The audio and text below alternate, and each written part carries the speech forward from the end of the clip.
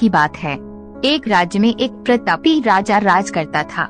एक दिन उसके दरबार में एक विदेशी आगंतुक आया और उसने राजा को एक सुंदर पत्थर उपहार स्वरूप प्रदान किया।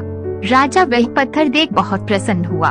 उसने उस पत्थर से भगवान विष्णु की प्रतिमा का निर्माण कर उसे राज्य के मंदिर में स्थापित करने का निर्णय लिया और प्रतिमा निर्माण का कार्य राज्य के महामंत्री को सौंप दिया।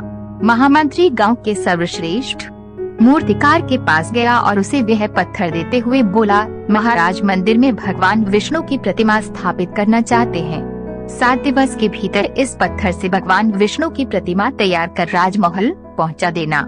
इसके लिए तुम्हें 50 स्वर्ण मुद्राएं दी जाएंगी। 50 स्वर्ण मुद्राओं की बात सुनकर मूर्तिकार खुश हो गया और महामंत्री के जाने के उपरांत प्रतिमा का निर्माण कार्य प्रारंभ करने के उद्देश्य से अपने औजार निकाल लिए।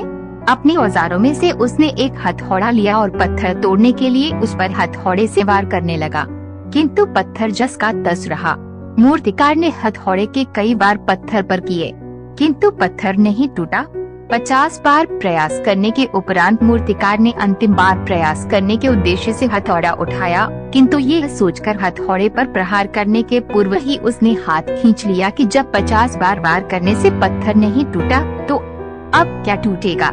वह पत्थर लेकर वापस महामंत्री के पास गया और उसे ये कह वापस कर आया कि इस पत्थर को तोड़ना नामुमकिन है, इसलिए इससे भगवान विष्णु की प्रतिमा नहीं बन सकती। महामंत्री को राजा का आदेश हर स्थिति में पूर्ण करना था, इसलिए उसने भगवान विष्णु की प्रतिमा निर्मित करने का कार्य गांव के एक साधारण से मूर्तिकार को सौंप दिया। पत्थर लेकर मूर्तिकार ने महामंत्री के सामने ही उस पर हथौड़े से प्रहार किया और वह पत्थर एक बार में ही टूट गया। पत्थर टूटने के बाद मूर्तिकार प्रतिमा बनाने में जुट गया। इधर महामंत्री सोचने लगा कि काश पहले मूर्तिकार ने एक अंतिम प्रयास और किया होता तो सफल हो गया होता और 50 स्वर्ण मुद्राओं का हकदार बनता। मित्रों, हम भी अपने जीवन में ऐसी परिस्थितियों से दो चार होते रहते हैं। कई बार किसी कार्य को करने के पूर्व या किसी समस्या के सामने आने पर उसका निराकरण करने के पूर्व ही हमारा आत्मविश्वास डगमगा जाता है और हम प्रयास किए बिना ही हार मान लेते हैं। कई बार हम 1-2 प्रयास में असफलता मिलने पर आगे प्रयास करना छोड़ देते हैं, जबकि हो सकता है कि कुछ प्रयास और करने पर कार्य पूर्ण हो जाता या समस्या का समाधान हो जाता। यदि जीवन में सफलता प्राप्त करनी है तो बार बार असफल होने पर भी तब तक प्रयास करना नहीं छोड़ना चाहिए जब तक सफलता नहीं मिल जाती।